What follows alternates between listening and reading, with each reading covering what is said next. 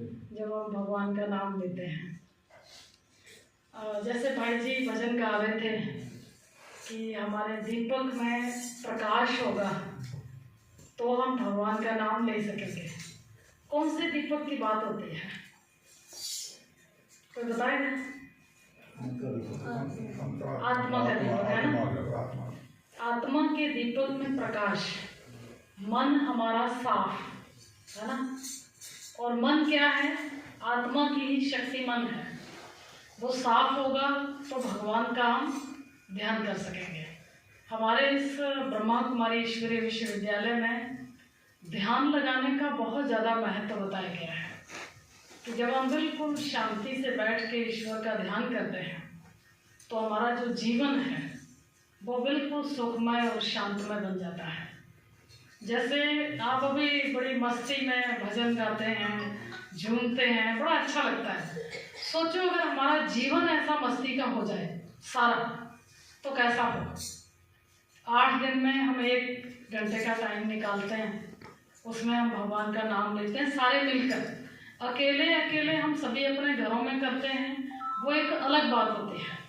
जब हम संगठित रूप में करते हैं, जैसे कहा जाता है ना 1 और 1 11 हो जाते हैं। अब यहाँ अगर 20 आदमी 40 आदमी इकट्ठे होकर के जब हम ईश्वर का नाम लेते हैं ना, तो वो 40 का बल हमें मिल रहा होता है सभी का इकट्ठा होकर के। तो हमारे यहाँ पर ब्रह्मा कुमारी ईश्वरीय विश्वविद्यालय में 7 दिन का कोर्स कराया जाता है, जिसमें हम आत्मा का दीप कैसे जलता है, मन हमारा शुद्ध कैसे होता है। कहते तो हम सभी हैं, सारे ही कहते हैं कि हमारा मन शुद्ध होना चाहिए।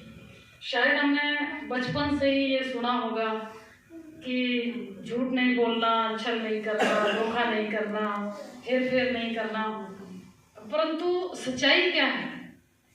आज हम सभी अपने अपने जीवन को जानकर देखें तो हम क्या कहेंगे कि परिस्थितियां ऐसी हैं, इसलिए हमें, अब बिजनेस वाले तो खास कहेंगे कि भाई हम कैसे सच बोलें।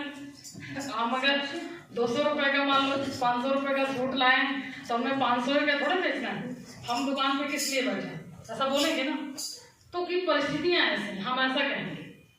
परंतु सच हम कैसे बने, जीवन को सच्चा कैसे बनाएं, ईश्वर का ध्यान कैसे करें, तो उसमें हमारे यहाँ पहले अध्याय में ये कहा जाता है कि भगवान को जानने से पहले हम पहले अपने आप को जानें कि हम कौन हैं, क्या हैं, कहाँ से आए हैं, कहाँ जाना है। हम भजनों में गाते हैं कि हम मेहमान बनकर आए हैं, ये गाते हैं ना, सृष्टि में मेहमान बनकर आते हैं। कितना हम फील करते हैं कि हम मेहमान हैं, प्रैक्टिकल कितना फील करते हैं। जिस दिन हम ये फील कर लेंगे ना कि हम इस सृष्टि पर मेहमान हैं, फिर हमारी सारी दुविधाएं समाप्त हो जाएंगी। लेकिन हम सिर्फ बोलते हैं, गाते हैं, प्रैक्टिकल नहीं कर पाते, इसलिए हमें वो अनुभूति नहीं होती। तो हमें ये बताया जाता है, जैसे ये हमने चित्र टांगा है, हमने शिवरात्रि पे भी बुलाया था तो थोड़ा सा बताया था, उस समय सभी नहीं आए थे, इसलिए हम थोड़ा रिपीट करना चाहते हैं। और हम चाहेंगे कि हम 5 मिनट बाद में थोड़ा सा मेडिटेशन करेंगे। तो इस चित्र में ये बताया है, जो भगवान ने आकर शिक्षा दी कि पहले अपने आप को जानना माना क्या। जैसे स्वामी विवेकानंद के बारे में भी आपने सुना होगा कि जब वो अपने गुरु के पास शिक्षा लेने के लिए गए थे तो उन्होंने दरवाजा खटकाया, तो अंदर से आवाज आई कि कौन आया है। तो स्वामी विवेकानंद जी ने जवाब दिया कि मैं यही जानने आया हूँ कि मैं कौन आया हूँ। तो इसका क्या मतलब हुआ? क्या वो अपने आप को जानते नहीं थे? वास्तविकता क्या है, हम क्या नहीं जानते हैं। हम क्या नहीं जानते हैं, हमें आत्मा के बारे में हमने सुना है, समझा है, एक दूसरे को कहते भी हैं, हमारे सनातन धर्म में इस चीज को माना जाता है। लेकिन हम एकांत में बैठकर अपनी अंतरात्मा को कितनी देर देखते हैं? ईमानदारी से बताओ, कितनी देर फील करते हैं? कभी भी बिल्कुल शांति से बैठकर हम इन आंखों से सारी दुनिया देखते हैं, पर अपने आप को क्यों नहीं देखते? तो वो इसमें बताया है कि जब हमारा जन्म होता है, शरीर में आत्मा प्रवेश होती है, तो हम उसे जन्म कहते हैं। शरीर से आत्मा अलग हो जाती है तो हम उसे मृत्यु कहते हैं। तो ये दो पहलू हैं, जन्म और मृत्यु, और उसके बीच का जो दौर है वो हमारा जीवन है। जीवन हम कैसा जीते हैं वो हम सभी के अपने अपने ऊपर डिपेंड करता है। तो शरीर जिन 5 तत्वों से बना है, जल, वायु, पृथ्वी, अग्नि, आकाश, उन्हीं 5 तत्वों में मिलकर के समाप्त होता है, जिसको हम सिंपल भाषा में कहते हैं मिट्टी का बना शरीर और मिट्टी में मिलकर राख हो जाता है। आत्मा को कहते हैं कि वो अमर है, अविनाशी है, अजर है, वो कभी जलती नहीं, मरती नहीं, कटती नहीं है। तो आत्मा एक लाइट, एक ज्योत है जो हमारे इस मस्तिष्क में, जहाँ हम तिलक लगाते हैं, वहाँ पर वो आत्मा रूपी दीपक विराजमान है, जिसके लिए हमारे शास्त्रों में लिखा है कि भ्रकुटी के बीच में चमकता अजब सितारा, ये भ्रकुटी है, और इसके बीच में यहाँ पर आत्मा का वास है, जहाँ हम तिलक लगाते हैं। आत्मा जैसे शरीर को 5 तत्व जीने के लिए चाहिए, और वो 5 तत्व हम देते हैं, किसी की कमी नहीं छोड़ते। जैसे हमें भूख लगती है तो खाना का इंतजाम पहले से रेडी होता है, उस समय हम गेहूं बोने नहीं जाते। हमें प्यास लगती है, हम उस समय कुएं खोदने नहीं जाते, पहले से पानी का इंतजाम होता है, हम पानी उठाकर पी लेते हैं। माना शरीर की जो भी डिमांड है, जब जरूरत होगी हम उसे पूरा करेंगे विधि विधान से। पर आत्मा की क्या डिमांड होती है कि हमें शांति चाहिए। हम ये सारा कुछ क्यों करते हैं, भगवान का नाम क्यों लेते हैं, भजन कीर्तन क्यों करते हैं, कि हमें शांति मिले, हमारे परिवार में, हमारे समाज में, हमारे देश में शांति हो, प्रेम हो, सुख हो, आनंद हो, ये सारा कुछ हो, इसलिए हम ये सारा कुछ करते हैं। तो आत्मा के लिए शांति चाहिए तो वो कहाँ से मिले, प्रेम चाहिए तो कहाँ से मिले। हम क्या करते हैं, एक दूसरे से उम्मीद करते हैं। जहाँ भी हम एक दूसरे के साथ संगठन में रह रहे होंगे ना, तो हम चाहेंगे कि ये मेरे से प्यार से बात करे, ये शांति से रहे और हमें शांति से रहने दे, ऐसा हम सारे उम्मीद करते हैं। लेकिन कई बार हमारी उम्मीदें पूरी नहीं होती, कलेश हो जाता है। जैसे आप देखिए, और ऐसा होता क्यों है, जैसे मान लो आपको यहाँ से लेकर सोल तक जाना हो, 10 रुपये किराया चाहिए हो, नहीं है हमारे पास। अब आप यहाँ से निकलते हैं, रास्ते में कोई भिखारी बैठा है, उसके पास 500 के नोट भी हैं, क्या आप उससे 10 रुपये ले सकते हैं? आपको क्या लगेगा, ये पहले बेचारा भिखारी, इससे हम क्या लें। ऐसे ही जिनसे हम उम्मीद करते हैं वास्तव में वो भी खाली होते हैं। आप उनसे उम्मीद करते हैं, वो और किसी से उम्मीद करते हैं कि हमें प्रेम मिले, हमें शांति मिले। लेकिन परमात्मा को क्या कहा जाता है कि वो शांति का सागर है, वो प्रेम का सागर है, वो सुख का सागर है, वो आनंद का सागर है। तो अगर हमारा उससे कनेक्शन हो जाता है तो हमें अपने आप मिलता है।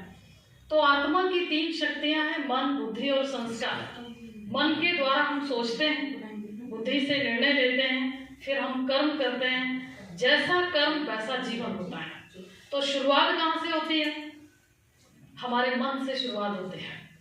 अगर हम मन को परिवर्तन नहीं करेंगे, अगर हम मन को शुद्ध नहीं बनाएंगे, हमारा जीवन शुद्ध हो ही नहीं सकता। और मन शुद्ध तभी होता है जब आप शांति से बैठकर अपने मन को देखते हैं कि मैं क्या सोचता हूँ, क्यों सोचता हूँ, क्या आवश्यकता है या नहीं है। तब तक नहीं होगा। क्यों? क्योंकि हमें लोगों ने चलना सिखाया, बोलना सिखाया, खाना सिखाया, इसलिए हम जो मन में आता है सोचते रहते हैं, और वैसे ही हमारे कर्म होते हैं। कई बार हम चाहते नहीं, पर हम क्या कहते हैं, हो जाता है। गुस्सा कोई नहीं करना चाहता, परंतु करते क्या है, फिर हम क्या कहते हैं, निकल गया, हो गया, गलती से हो गया, बाद में पश्चाताप भी करेंगे। क्यों ऐसा होता है? क्योंकि हमारी आत्मा में वो पावर नहीं है जो हम जो चाह रहे हैं वो कर सकें, और पावर मिलती है परमात्मा से। तो इसमें ये दिखाया है कि आत्मा का निवास स्थान भ्रकुटी है, और ये नीचे एक गाड़ी दिखाई है। इसका मतलब ये है कि जैसे गाड़ी को ड्राइवर चलाता है, और अगर गाड़ी का एक्सीडेंट हो जाए तो सजा किसको मिलती है? एक्सीडेंट गाड़ी का होगा, पर सजा किसको मिलेगी? ड्राइवर को। इसी तरह से ये शरीर हमारा एक गाड़ी है, आत्मा इसमें ड्राइवर है। अगर हम इस शरीर के माध्यम से गलत कर्म करते हैं तो दंड हमें हमारी आत्मा को भोगना पड़ता है। फीलिंग सारी आत्मा में है। तो इसलिए जब हमें ये समृद्धि रहती है कि मैं आत्मा इस शरीर को चलाने वाली हूँ, मैं आत्मा मालिक हूँ और ये शरीर की कर्म इंद्रियां मेरी प्रजा की तरह कार्य करते हैं, तो फिर हमसे गलत काम नहीं होता है। नहीं तो फिर हम हमेशा यही कहते हैं कि हम करना नहीं चाहते थे पर हो गया, बोलना नहीं चाहते थे पर मेरे मुंह से निकल गया, क्योंकि कंट्रोल नहीं है। जैसे एक मोबाइल है, चाहे आप लाख रुपए का मोबाइल ले लो पर उसकी बैटरी चार्ज नहीं करो तो वो काम करेगा? किसी काम का होगा? इसी तरह से हमारी जो आत्मा रूपी बैटरी है, उसको जब तक हम परमात्मा से उसका कनेक्शन जोड़ते नहीं तो उसमें पावर नहीं आती। जैसे मेन तार होती है, उसके ऊपर कोई रबड़ नहीं होता। हमारे पास जितनी भी तारें होंगी उन सभी तारों पर रबड़ लगा होगा, पर जब हमें वहां कनेक्शन देना होगा तो हमें क्या करना पड़ता है? पहले रबड़ उतारनी पड़ती है। रबड़ नहीं उतारेंगे तो बल्ब नहीं चल सकता। ऐसे ही हमारी आत्मा के साथ ये शरीर रूपी रबड़ है। परमात्मा निराकार है, एक लाइट है, एक लाइट का पुंज है। तो उससे कनेक्शन जोड़ने के लिए हमें इस देह को, चाहे आप एक पल के लिए भूलो, पर उसको भुला करके आत्मा निश्चय करते हैं, फिर ईश्वर से कनेक्शन जोड़ते हैं, तो हमारी आत्मा में पावर आती है, शक्ति आती है। फिर हम ऐसा नहीं बोलते हैं कि मेरे मुंह से निकल गया, हम बोलना नहीं चाहते थे। निकलता तभी है जब आप यहाँ सोचते हैं किसी के लिए कुछ भी गलत आपने सोचा मन में, और वो व्यक्ति जब सामने आएगा तो आपके मुंह से निकल जाएगा।